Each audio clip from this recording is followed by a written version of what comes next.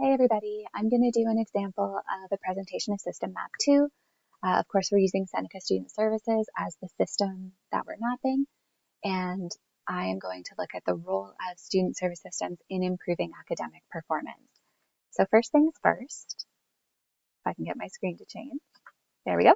Let's define the system's problem at hand. Let me move myself here. There we go. So the problem I wanted to focus on was that many students who are in post-secondary school struggle with their academics. They underperform, even though they have the potential, they have the ability to do well.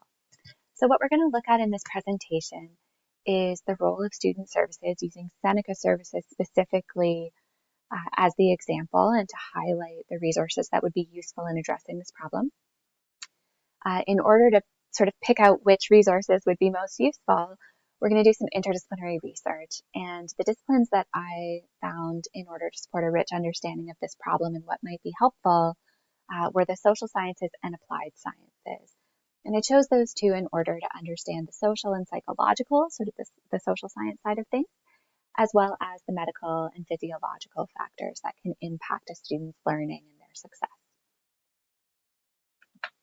So taking a look at the systems map here, you can see I've mapped the broader student service system, and I've grouped it in a way that felt logical to me. You guys might have come up with slightly different groupings.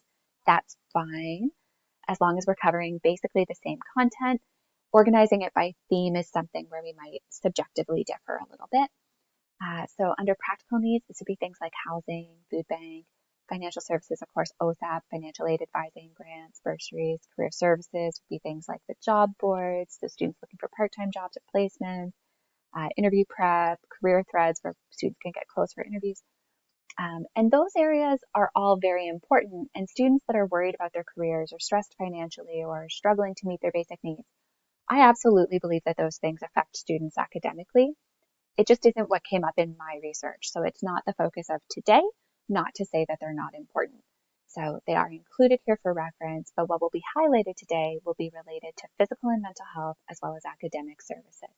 So let's get into the research to find out why those two stood out so much. So I have two articles from the social sciences that we'll start with. The first one by Johnson et al. In 2022 is called Student Support in Higher Education, Campus Service Utilization, Impact, and Challenges. So essentially, they looked at whether or not students were using student services, and if they were, was that associated with improved academic performance? And they found that it was, particularly if the student was at risk of doing poorly or failing in the first place. So if students were doing okay and they used a lot of services, it had a less significant impact. If students were struggling and they used services, it had a bigger impact. And the services they highlighted in particular were more on the academic side of things. So they really focused on academic advisors and Learning Center, for example. And then within Learning Center at Seneca, I just highlighted a couple examples here. We have tutoring, we have workshops, and of course, you guys know there's one-to-one coaching for study skills and other wonderful resources. Now, the second social science article that I found was looking specifically at counseling and mental health utilization and whether that supported improved academic success. This is from 2021, and the authors were Kiblehan et al. So you'll see these all will connect to my references at the end. The key findings from this one were essentially just that using counseling did in fact improve academic performance, particularly if it was students who were struggling with clinical distress, so more mental health concerns. If the student went for counseling because they were experiencing specifically academic stress and there was no additional mental health concern, it had less of an impact. So significantly helpful to take care of our mental health so it doesn't get in the way of our academics. That's when we saw really the biggest improvement in this service utilization. Now, getting more into the physical health side of things, I'm going to end up talking about both medical and athletics or rec kind of services. So I found an article by Redondo Flores et al., which is from, just double checking my dates here, where the heck is the date? 2022, yes. And this was looking at the relationship between physical fitness and academic performance in university students. And what they found, where they found the most significant findings were that increased physical activity and improved sleeping habits were associated with higher academic performance. So increased physical activity, I definitely thought about athletics and recreation, making use of things like the fitness center and events and workshops. There's wonderful facilities on campus. There's also some good self-directed resources that students can find through their websites and their Instagram, things like that. The medical center, certainly we have doctors who absolutely help students with things like their sleep health. They can also look at any barriers to being physically active and give referrals for things like physio or chiropractor. And kind of kicking it back and finding some overlap to some of our social science research, our medical center also does have psychiatry. So there might be some relevance to the access of mental health supports as well. So this is why I think these areas are most relevant.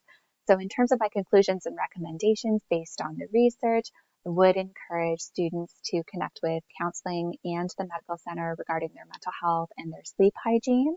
And I would encourage students to make use of the resources from athletics and rec to support increased physical activity.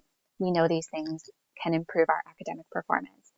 Similarly, absolutely want to encourage students to improve their academic performance through the use of academic services like making use of Fernanda, our academic advisor, if you're in interdisciplinary studies, or just student advisors in general, if you're in different programs.